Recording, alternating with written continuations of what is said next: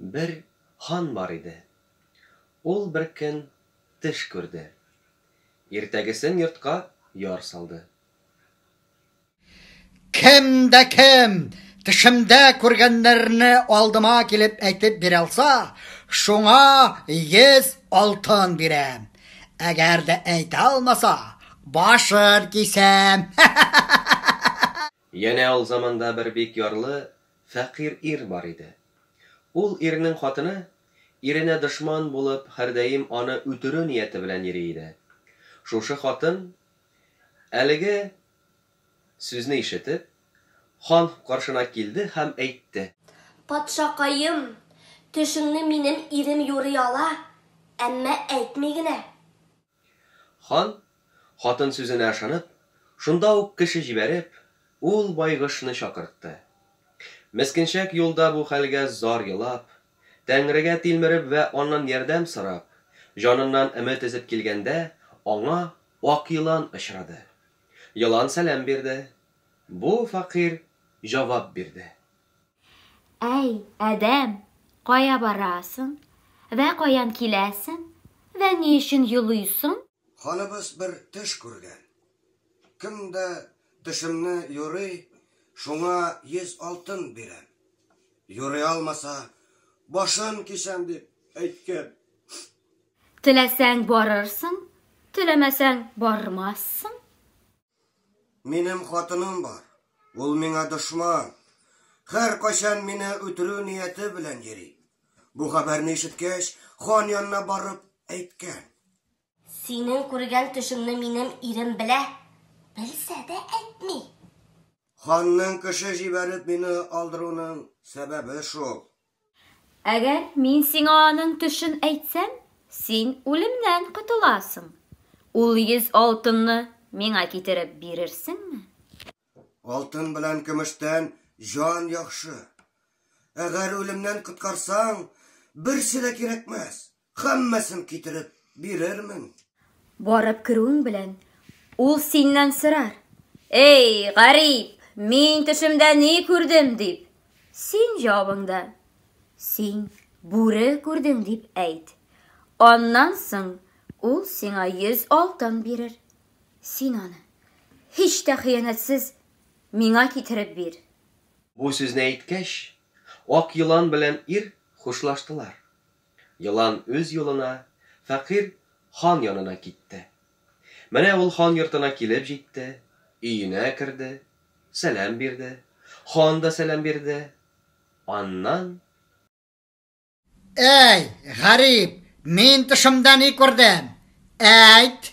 Син бүре күрдең. Хан шунда ук 100 алтын бирде. Гарип патша сарайыннан чыгып, ак йыланга бармыйча, туры өенә качып кайтты. Аннан соң ул алтынга бик күп йылкы, хайваннар һәм мал сатып алды. Бай булды. Көн күрүе яхшырды. Бер вакыттан соң хан yana bir төш күрде. Тагын гарипне чакыртты. Eğer de tapsa 100 altın birem. Tapmasa başır giysem. Бу гарип электә бик ярлы иде, бай булды. Хәзер җаны элеккедән дә татлы иде. Бик каты елады. Ахырда чарасызлыктан барам диде. Торды да юлга чыкты. Юлда бик зар елап, җаныннан өмет өзеп килгәндә, баягы ак йыланга тап булды. Гарип сәлам бирде. Йылан: "Эй, гарип, кая барасың? Һәм ни өчен юлыйсың?" Тагын төш күргән. Белсә 100 алтын бирермен.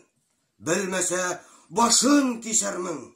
Дип, мине төшен юрамакка чакыртты. Инде башымның китүе шулдыр.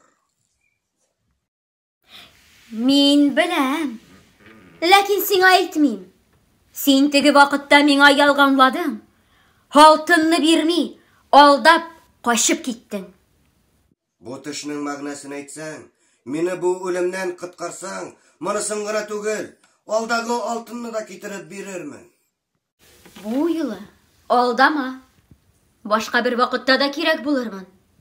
Инде ханга барып сәлам бир дә, син төлке күрдең дип әйт.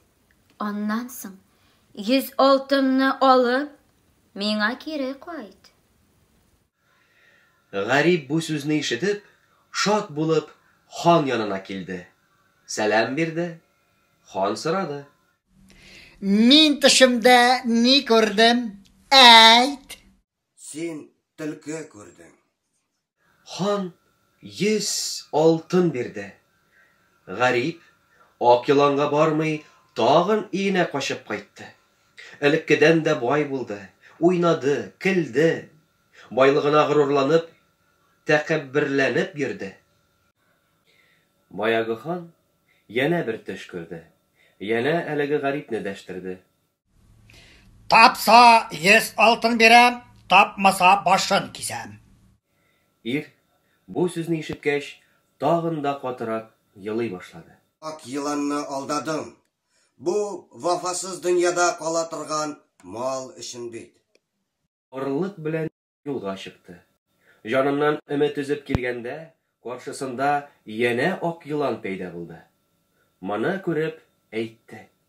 Эй, ялганчы гарип, 2 үлемнән котылдың, 3-нчесендә тотылдың? Эй, ак йылан, мине 2 үлемнән азат кылдың.